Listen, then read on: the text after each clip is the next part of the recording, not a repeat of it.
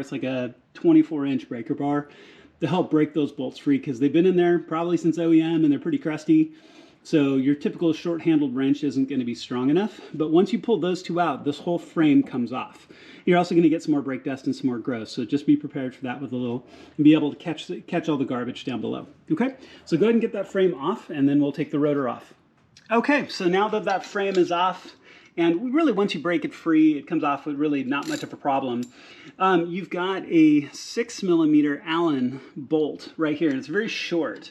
So what I'll usually do is I can just kind of half hold it and break it free, because the torque on that isn't very high. And I'll have the torque values of when you put it back on, but breaking it free isn't all that hard. And it's pretty amazing that, you know, this little bolt, as you can see, is one of the primary things holding your rotor on, right? Now, granted, when your wheel lugs go through, your wheel lugs are too, but it's pretty crazy. So now your rotor's free. Now, one thing, if it's stuck, and I don't know if this is going to be stuck or not.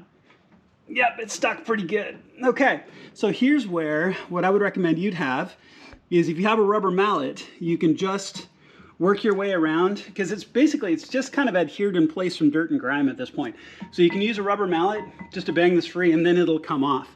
If you don't have a rubber mallet, which sometimes I haven't had before, I've taken a hammer and taken the wooden handle part to hit it with the handle. Now, this doesn't matter because, again, we're replacing it, so you could hit it with a hammer if you really want to. I usually would use the wooden hammer because it's not as hard on my tool or hard on me or hard on my ears. But use a rubber mallet or the handle of a hammer to just get this to start to break free. Obviously, I'm not going to be able to do it with my hand. Okay, so go ahead and get this off, and then I'll show you what it looks like with it off, and we'll put the new one on.